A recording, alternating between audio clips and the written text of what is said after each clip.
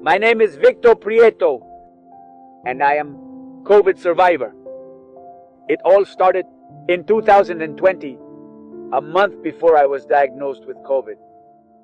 I remember one night, we were going through difficult times with my family, both near and far. And one night, in a moment of desperation, I said to the Lord with tears, if you really want to save us, give us a test, but don't hurt us. On April 13th, 2020 came the test. I was diagnosed with COVID, where I was in the hospital 2 months, 1 week, where there was no medication.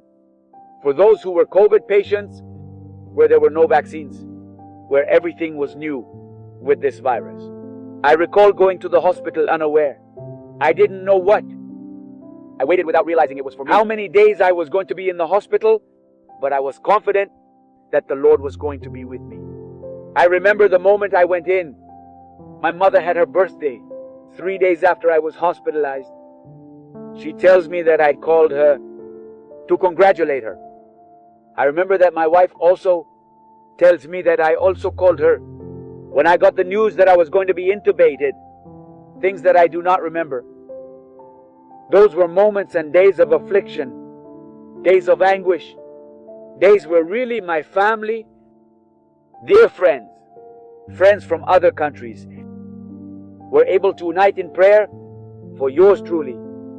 The most crucial moment of my life in the hospital, where there was nothing more to do, where my organs were about to collapse, where my lungs could no longer stand to be on a ventilator, to be connected to an artificial respirator, where the doctors, my wife, and told her that there was nothing more to be done for a COVID patient. For a COVID patient. At that moment, the chances of me living were shortening. It seemed that prayers were not having any effect. It seemed that God had left me alone in the hospital. When I asked Him a month before not to harm us, suddenly hope came. I was to be connected to a machine by the name of ECMO, a machine that is not very common in hospitals, where I had to be transferred to Baylor Hospital in Dallas. The transfer was also a risk factor as well. The doctor said I wouldn't survive the transfer, that I could die in the transportation, but God had everything under control. I was able to be transported. I was able to get to that ECMO machine, where at that time there were very few available. My wife tells me, when I got to the Dallas hospital, they hooked me up to that machine, and thanks to God and the machine, I was able to resist a little longer and come out victorious from this virus. Those were tough times, my brothers. They were moments where I was able to experience God's presence in every minute. I was in the hospital, where I was also able to give faith and testimony that we believe in a real God. I remember the last day I was in the hospital, a doctor arrived. The infectiologist knocked on my door and said, "How are you? Do you recognize me?" And I said, "No." He said to me, "I am your infectiologist.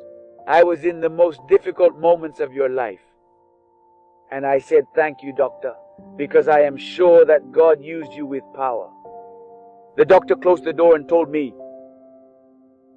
"If God did not take you to heaven, it's because He has a plan for you yet." And he asked me, "Do you know what that plan is?" And I said, "Of course, doctor, that I can testify that there is a mighty God, that there is a God of miracles, that there is a real God."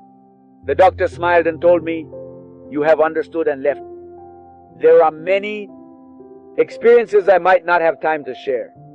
How God worked through dreams, through people, and I could feel God's presence. It has already been a year of that difficult moment. Now I look back And I can say, thank you, Father, because up to here you have been faithful. Thank you because you have been good. Thank you for persevering my life and not hurting me. Now I share the joy with my family, with my daughters, my wife, my parents, my sisters, my extended family. Now I can share this testimony through a ministry that I now have. I have a ministry that God has put in my hands that has to do with food.